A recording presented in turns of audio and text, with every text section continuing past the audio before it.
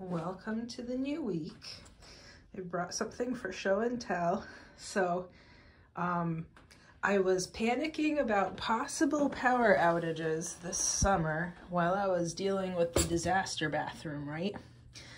So I started thinking, you know, burst pipes because of the cold. What if we actually lose power and it isn't the well seizes again situation? So I bought myself, I researched backup heaters, right? I have some HVAC system in this house, and I was asking a friend of mine who lives in essentially self-sustained sailboat in the Caribbean for most of the year. So it has solar panels, they collect rain on essentially a tarp on the roof. And they also use a reverse osmosis filter on the ocean water when they're somewhere that isn't like a stagnant marina or anything. He also grew up in the cold north, somewhere around like northern New York, Wisconsin sort of area, him and his longtime partner.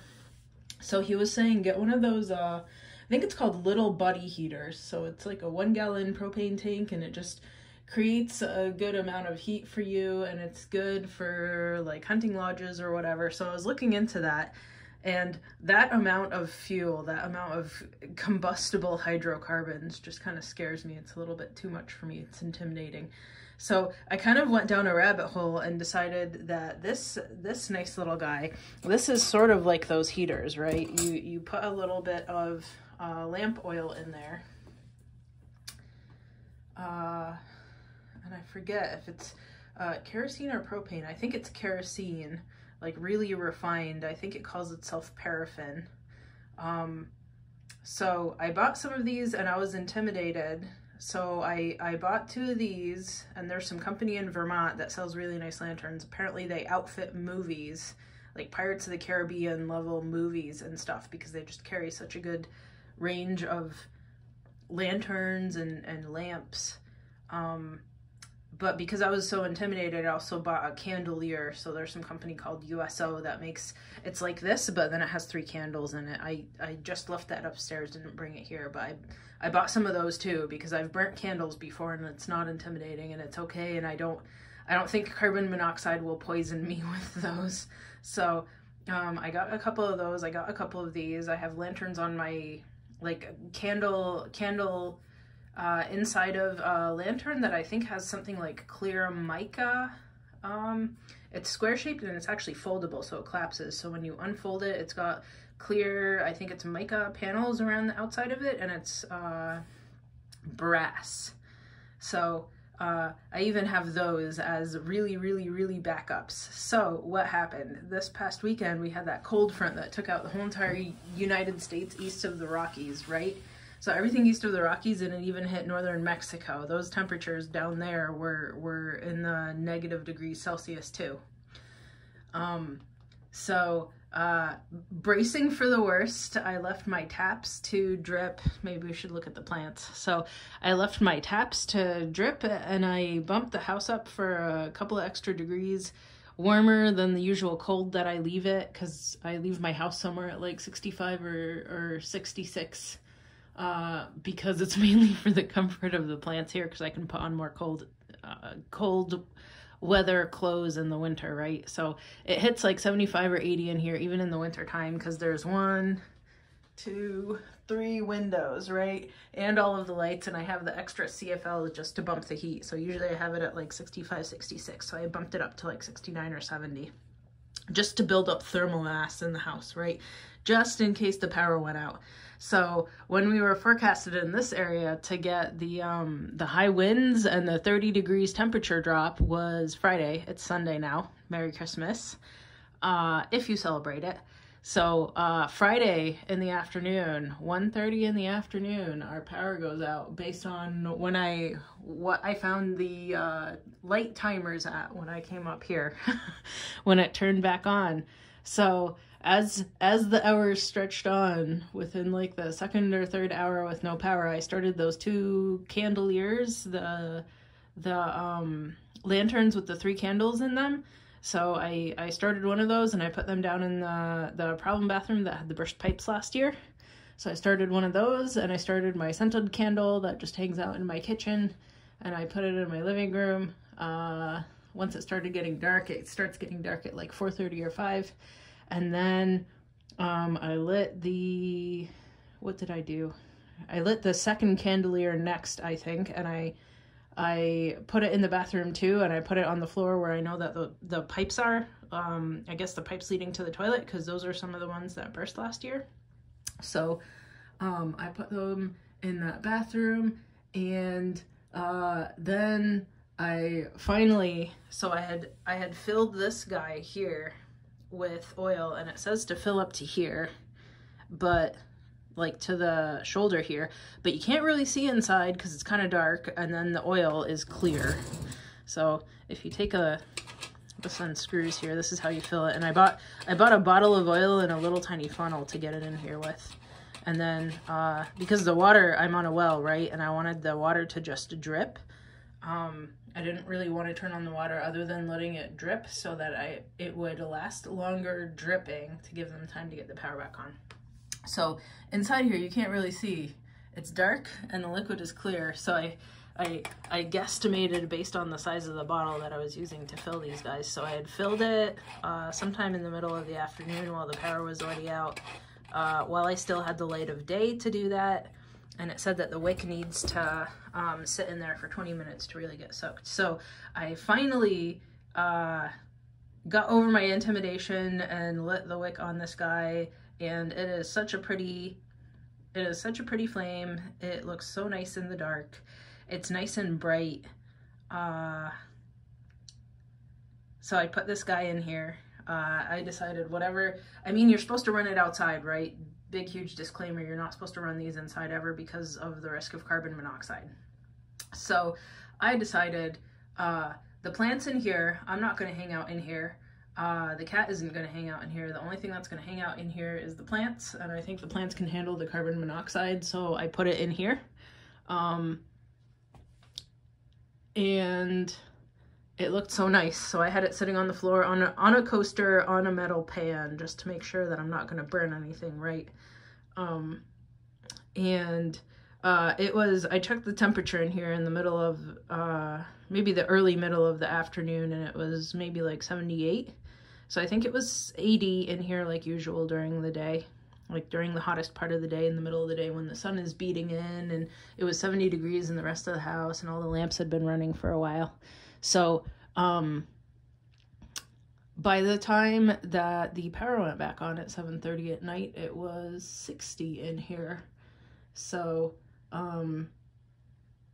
I think the plan will work if the power is out longer term, because I think there are still people without power towards the end of yesterday in this area, and I really, really hope that they have wood-burning stoves or fireplaces in their houses to have kept warm, because by the time that the power got turned on at my house at 7:30 at night on Friday, it was 49 degrees inside the rest of my house and 12 degrees outside, and none of these temperatures are including wind chill. It was 6 degrees in the morning here on Saturday morning, which sometimes it gets that cold around here, but not until January, so it was definitely not normally seasonable. So hopefully everybody who still didn't have their power on by yesterday morning has, like I said, some sort of fireplace or wood-burning stove that they could have kept warm by. I hope they don't have tropical plants, because my only worries were the pipes in that problem bathroom of mine and then the plants here, because me and Georgie have plenty of blankets to hide under. What else was I gonna say? Yeah, so I figure candles and oil lanterns, I mean, they still put out, I mean, not all of the BTUs, but still a decent amount of heat, right? I think maybe I ran out of space. I'm not sure. The video cut out. Anyway, so I think my plan is okay. What bird is screaming out there? Let's go see who it is. Oh, it's nice and toasty right here. precarious getting through here. Oh, the church is in session over there. I guess whatever it is that celebrates Christmas. The birds are enjoying the mess in my backyard just like last year. Not sure what it is. Anyway, the plants are doing okay. It's nice and toasty again. No idea if I'll actually get seed out of this because they didn't really elongate like the rest of the pods always do, right? Oh, that's what I wanted to mention as I snake through here. Guess who wants to bloom?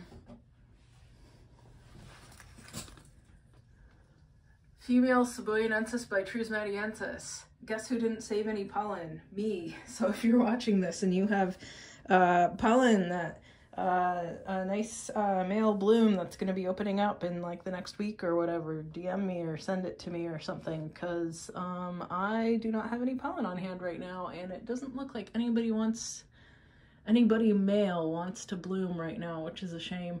And none of the seeds from this guy that I had last time survived. I think a couple of them sprouted, but none of them really survived beyond very small seedlinghood. So I'm kind of sad about this situation. Yeah, I don't think there's any pollen here. And I had so much Spectabilis vitellengensis and I didn't save any of it. Well, it's been a hard year. That's all I'll say. Here's, I think this is Gracilis. It's from Ed at the CSUF.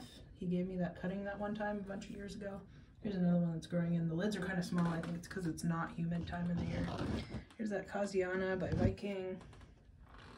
So things are going better in here now that I poisoned everything. Oh, and I think maybe last time I didn't show you that rubber tree. The cutting didn't survive, but this guy is putting out 3 branches, which is pretty exciting.